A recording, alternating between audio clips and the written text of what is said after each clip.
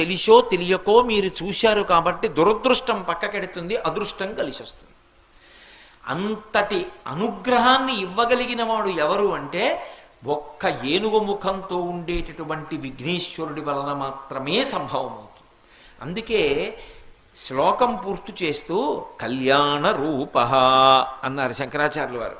కళ్యాణ రూప అంటే చూసినంత మాత్రం చేత ఎవరు శోభనములను ఇవ్వగలరో, ఎవరు శుభములను కటాక్షించగలరో అటువంటి వాణ్ణి కళ్యాణమూర్తి అని పిలుస్తారు. అంటే మనకి శుభములను ఇవ్వగలిగిన వాడు. ఆయనకి మీరు ప్రత్యేకంగా ఇంకా ఏం చేశారు అన్నదాంతో సంబంధం ఉండదు.